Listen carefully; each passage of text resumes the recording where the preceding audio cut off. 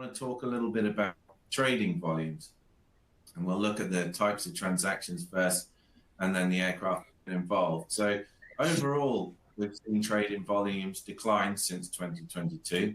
We have a chart here which shows you those. And our outlook for 2024, our forecast is that the volumes will remain pretty much exactly the same in terms of the overall total.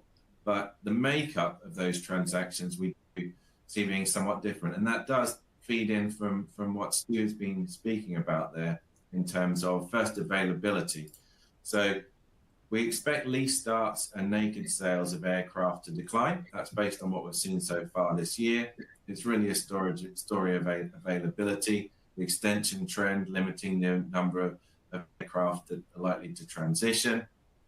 Similarly, naked sales, you saw the downward trend in terms of the part outs, in terms of the retirements of aircraft. Again, this will tend to feature in the naked sales.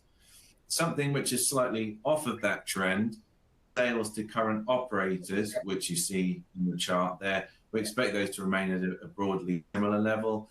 That includes operators buying aircraft at the end of their leases, also buying out aircraft during their leases, which is a trend that we've seen as they look to sort of secure that lift for a longer period. So those types of transactions likely to decline.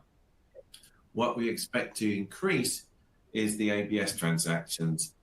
We say they're returning in the second half of the year, 2024. We've already seen some transactions earlier in the year. Carl came to the market with a transaction. We've seen some business jet ABS launched, and also loan portfolio. But based on what we're working on and what we're hearing in the market, there could be as many as 8 of these deals that close throughout the rest of the year, putting the number of aircraft involved in the high hundreds, somewhere close to 180 aircraft, which is significantly up on last year. So that's an upward trend. Another upward trend we're expecting to see is the sales of aircraft with leases attached. That's based on what we've seen already so far this year. We know there's a lot of portfolios in the market. We see some of those rate decreases that Stu's mentioning. That will certainly help there. And not just the trading of aircraft on lease, but with portfolios, overall platform trades. I think what we've already seen with the closing of the Falco sale to HPS would already be around the number we were last year.